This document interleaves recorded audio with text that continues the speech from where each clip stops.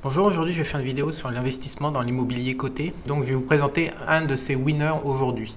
Donc cette valeur elle s'appelle AMT, donc American Tower. Donc son business model à elle, c'est de prendre des terrains, d'installer des antennes et de les louer aux opérateurs. Alors c'est super intéressant AMT parce que tout simplement elle est au cœur de la révolution 5G et c'est un truc dont on est sûr, c'est que le 5G, le pouvoir politique central mondial, je ne sais pas ce qu'il a en tête, mais il veut absolument le fourguer et donc je ne pense pas que ça va tomber aux oubliettes quel que soit le niveau de croissance économique. Donc c'est plutôt un événement certain qu'un événement incertain et improbable. Je pense qu'il y a 99% de chances pour que la 5G s'instaure dans le monde, donc AMG au cœur de cette révolution, donc quelque part on est bien avec ça. Alors le business model, j'ai trouvé une image là, elle est superbe, je vais la grossir. Donc en fait, il y a deux opérateurs, AMT. Donc généralement AMT, ce qu'il fait, c'est qu'il a, le terrain et il construit l'antenne. Et a priori, il y a donc un locataire, grosso modo des opérateurs de téléphonie, qui vont installer leur bordel tout autour. Donc et c'est des contrats qui sont à 15-20 ans. Donc c'est super comme business model parce que le cash rentre, la demande est là. Alors je vais vous montrer les statistiques parce qu'on consomme de plus en plus de data en fait. Voilà. Sur nos téléphones, c'est hallucinant, mais la quantité de data qu'on consomme explose. Donc la demande est là, quoi. La demande n'arrête pas d'augmenter, la demande est là aux US, mais la demande est là dans le monde. Et AMT, les chiffres sont dingues, ils sont investis dans je sais pas combien de pays dans le monde, je sais plus où c'est. Leur part de marché, voilà, là. C'est donc American Tower, il possède un portefeuille de 181 000 sites de communication dans le monde. Ils sont présents dans tous ces pays. Et la demande va ne faire que croître puisque quelque part on l'a vu, nos comportements ils sont mondialisés partout dans les pays, on est de plus en plus accro au téléphone et tout passe par les téléphones et les applications. Donc c'est une super boîte, à la base c'est un super business model, béton armé, super visibilité horizon de 10 ans.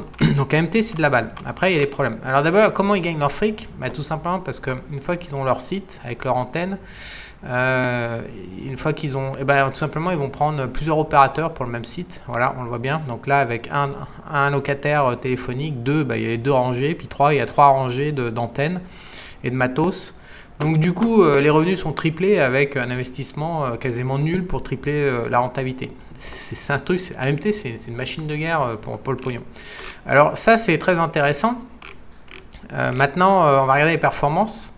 Donc je l'ai mis depuis le point bas de la crise immobilière. Donc toujours pareil, je compare au Nasdaq. Donc 21% pour AMT, 22% de croissance annuelle pour le Nasdaq sur 11 ans. Des performances béton armé, 17% de drawdown, rien du tout. Donc ça fait 11 ans grosso modo qu'on est en plein délire avec une croissance du capital énorme. Donc j'ai mis aussi sur un autre site donc le même chart. Et ici là dessous c'est le rapport entre les deux en fait, le rapport entre AMT et le Nasdaq. Donc on voit que le ratio AMT en fait d'une manière générale, quand on a une valeur comme ça qui crée de la croissance à la même vitesse qu'un indice comme le Nasdaq qui est l'asset phare, il vaut mieux acheter la valeur quand elle pédale moins vite que l'indice, donc quand elle vient en bas de range. Donc là en l'occurrence elle a progressé de 14% de moins que le Nasdaq actuellement. Donc elle est en retard, elle accumule du retard sur le Nasdaq et on voit qu'à chaque fois qu'elle a un retard comme ça de 14 à 20% par rapport à la vitesse du Nasdaq, on voit généralement que c'est du bas, et derrière le cours d'AMT accélère plus vite que le Nasdaq. Alors il faut se méfier, ça ne veut pas dire que tout va monter, ça veut dire que dans les trimestres à venir, AMT fera mieux que le Nasdaq. Ça ne veut pas dire que le Nasdaq va grimper, ça ne veut pas dire qu'AMT va grimper. Ça veut dire juste qu'on est bien en termes de vitesse, il y a un ralentissement d'AMT. En fait, là, c'est pas très visible, mais depuis 1 an et demi environ, AMT a fait du surplace, après avoir bien sûr explosé avant, puisqu'on a vu cette hausse-là par rapport au Nasdaq. Elle a gagné quelque part 35% de performance en plus que le Nasdaq pendant 6 mois en 2019. Donc là, elle corrige, elle est en attente. Est-ce que tout ça, ça va redémarrer? Je ne sais pas. Il y a des problèmes, il y a deux problèmes majeurs par rapport à AMT. Moi, j'en possède toujours en fonds de portefeuille AMT. Il y a deux problèmes majeurs. Alors le premier, c'est ce que souligne cet article. c'est que en fait AMT c'est surévalué. Donc évidemment ça c'est les performances depuis 2009. Donc toutes les performances financières explosent à raison de 15% par an en fait de croissance. Les chiffres financiers sont excellents, le dividende est bien couvert, etc. C'est pas le problème le pognon qui rentre, c'est le prix de la valeur par rapport au pognon en fait. Alors RET, on ne fait pas les ratios financiers habituels que Loïc Abadi peut vous présenter. Mais RET, généralement ce qu'on calcule c'est les AFFO, donc les Funds from Operation. Donc le souci c'est que entre le fric qui rentre, voilà c'est ce graphique là que je voulais montrer, entre le fric qui rentre, donc un ratio de 22, donc quand on prend ce qui est l'équivalent de l'EPS et puis du PE en fait, le FFO c'est plus pour les RET mais c'est l'équivalent en fait. Donc 22 fois les profits, c'est la courbe bleue, ce qui est une courbe à peu près normale dans le standard, une courbe à peu près standard dans le secteur. Et donc là actuellement on est à 30, on est un peu plus de 30. Donc vous voyez, ça c'est la courbe noire, c'est la courbe des prix d'AMT. Donc on voit que là on s'est carrément éloigné des fondamentaux. C'est-à-dire l'aptitude à la boîte à rapporter de l'argent par rapport à son prix de vente de l'action. Donc là clairement on est surévalué. Quand c'est en ligne, c'est beaucoup plus safe. Quand c'est pas en ligne, comme ça, quand on c'est un excès, c'est beaucoup moins safe. C'est même assez dangereux puisqu'on peut avoir une correction d'environ. Il faudrait qu'on revienne au niveau de là, c'est 190, 195 $. On vaut 243 aujourd'hui. Donc il y a potentiellement une baisse de 18 à 25% pour que ça soit standard. Alors ça, c'est la théorie financière. Alors c'est sympa. Mais ces mecs-là, en fait, qui nous font cette théorie financière, il y a un truc qui leur échappe et ils ont pris une énorme branlée. Je les achète tous, hein. J'ai tout acheté, tous les mecs qui réfléchissent là-dessus aux US, j'ai acheté leurs produits payants. Et donc, je connais leur performance. Et leur performance, c'est qu'ils ont pris une énorme branlée par rapport aux indices et par rapport à la dévaluation monétaire. Donc, en fait, ils sont orthodoxes par rapport à la théorie. Et le souci, c'est que la théorie orthodoxe, ça marche dans les périodes monétaires normales. Mais comme nous ne sommes plus dans une période monétaire normale, puisque la masse monétaire a augmenté de 25% aux US, en Europe, etc. Et que par ailleurs nous avons des taux d'intérêt réels négatifs, donc il y a un vrai problème obligataire mondial, un problème énorme, quasi insurmontable. Donc du coup, les conditions de jeu expliquent probablement d'ailleurs l'envolée d'AMT ici et les excès, puisque les excès, on les retrouve sur les actions du Nasdaq, on les retrouve sur les actions de croissance, on les retrouve surtout sur les actifs qui ont une très bonne visibilité à long terme, à horizon de 10 ans, ce qui est le cas d'AMT. Donc la question pour nous épargnants, c'est de savoir... Voilà, ça c'était le deuxième graphique que je voulais montrer. Voilà, on vaut 243. Il faudra revenir sur la petite courbe violette. Là, voilà, c'est bien dessiné dans cet article. La petite courbe violette, c'est la courbe orthodoxe, c'est-à-dire 180, 190 $. C'est le prix auquel que AMT vaut. Mais encore une fois, il y a un environnement macroéconomique normal, c'est-à-dire avec des taux d'intérêt réels positifs, avec de l'inflation et avec un contrôle de la masse monétaire, ce qui n'est absolument pas le cas actuellement. Donc la grande question pour nous, c'est de savoir si AMT va stagner pendant des années, parce qu'elle est trop chère, à défaut de décroître. Si les revenus d'AMT pourraient supporter des prix aussi surévalués que maintenant, donc une explosion des revenus avec l'arrivée de la 5G. J'ai lu les projections, peu probable, c'est pas supportable en l'état. Ou alors AMT va poursuivre son délire haussier, comme le Nasdaq, tout simplement parce que l'environnement monétaire prend la main sur l'environnement orthodoxe et la valorisation des entreprises. Honnêtement, il n'y a personne qui peut répondre à cette question.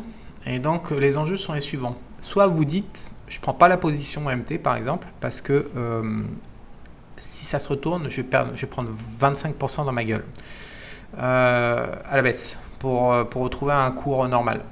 Donc si ça ne se retourne pas, AMT va s'envoler, la dévaluation du dollar, de l'euro, etc. va se poursuivre. Donc les gens vont continuer à se réfugier dans les actifs cotés bourse. Et donc, en comparaison de cette envolée, je vais me faire également dévaluer mon fric, ce qui est le cas de nombreux investisseurs aujourd'hui. Vous savez que dans les classements de richesse, tout le monde, tous les gauchos sont toujours en train de chialer que le top 0,1% est en train de s'enrichir de manière éhontée par rapport au reste de la population. Mais en fait, ils ont pas des revenus du travail ou du revenu de leur entreprise. Ils ont juste pas investi dans l'immobilier comme fait la majeure partie de la population. Ils ont investi uniquement dans les portefeuilles boursiers parce que l'inflation monétaire se propage directement dans les marchés d'actions en fait aujourd'hui. Et donc du coup cette inflation est tellement énorme, et vu que les pauvres et les middle class et puis quelque part même le top 5% ne jouent pas en bourse, on le sait, il y a les ventilations de pourcentage d'immobilier par rapport au pourcentage d'actions achetées, et donc on sait qu'il n'y a que le top 1%, voire le top 0,1% qui a une énorme partie de son argent placé sur les marchés d'actions, ça on le sait. Après, donc on se retrouve avec, comme l'inflation se propage uniquement dans leur jeu, le jeu de la bourse, il n'y a qu'eux qui gagnent, et puis le reste de la population ne gagne pas. Donc après on les compare, puis on dit oh là là, il y a des inégalités sociales, oh là là, c'est pas bien, etc. etc. Ouais, mais bon, quand il s'agit de foutre son fric sur les marchés, il n'y a plus personne qui veut le faire, et les riches le font, le top 0,1% le fait. Et donc après, les autres se font dévaluer, en termes relatifs, les autres se font dévaluer. Et donc, le souci d'une action comme AMT, c'est que on a tous peur de l'acheter, mais en même temps, si on ne l'achète pas et qu'elle s'envole, on n'a plus que nos yeux pour chialer et puis faire notre gaucho en disant oh, c'est dégueulasse, oh là là, ces mecs-là, ils n'arrêtent pas de gagner, pas moi. Donc, c'est un peu choisir entre le sida et le cancer. Je ne saurais lequel de ces deux maladies vous conseiller, mais à un moment, il faut choper un truc. Donc, c'est soit la perte passagère de quelques trimestres de 25, ou soit la dévaluation en comparaison par rapport aux autres, et du pouvoir d'achat qui ne progresse pas à la même vitesse que ceux qui prennent les risques. Donc, c'est vraiment risqué comme jeu. Donc tout ça vient du fait que le marché obligataire et la politique du socialiste, à force de tout niquer, fait qu'il n'y a plus aucun marché monétaire obligataire qui sont à l'endroit dans la planète. Donc tout est complètement déréglé, et donc on se retrouve tous.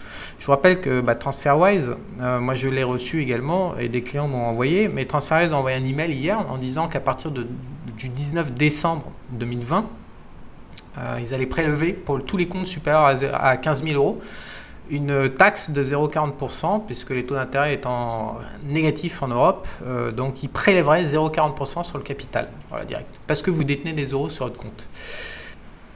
C'est ainsi notre position d'épargnant à tous. Donc là, ce que je vous montre, c'est la liste que je suis en train de constituer de personnes qui sont sensibles aux problèmes que j'évoque. Donc j'ai quasiment fini mes recherches et je vais commencer à proposer des solutions. Donc si vous voulez vous inscrire, l'idée c'est de résoudre l'énorme problème d'inflation, donc l'inflation personnelle, mais l'inflation également du capital, où est-ce qu'elle se propage, et puis de la gestion du risque en fait, et donc comment faire pour placer son capital. Donc je vous invite à laisser votre email si tout ceci vous intéresse en tant qu'investisseur. Donc pour l'instant j'ai encore une fois rien à vendre, comme j'ai déjà dit dans différentes vidéos. J'ai juste passé en revue à peu près l'ensemble. Maintenant j'ai fait l'ensemble de tous les actifs de la planète, de tous les pays. Ça m'a pris quasiment un an maintenant, c'est un an que je suis dedans. Je sais maintenant la vérité, la solution possible, unique, par rapport à cette merde que nous affrontons. Donc il faut encore que je concrétise, et je ne sais pas quand est-ce que je serai prêt pour concrétiser. J'ai bien sûr des positions que je suis en train de tester. Voilà, donc si vous laissez votre email par rapport à ce sujet, vous ne recevrez rien du tout, hein, il n'y a pas de machin, je vais recevoir un cadeau puis après je vais vous faire un tunnel de vente pour fourguer une formation. Il n'y a rien du tout pour l'instant, mais bientôt je pense j'ai pigé le seul moyen de sortir de cette situation.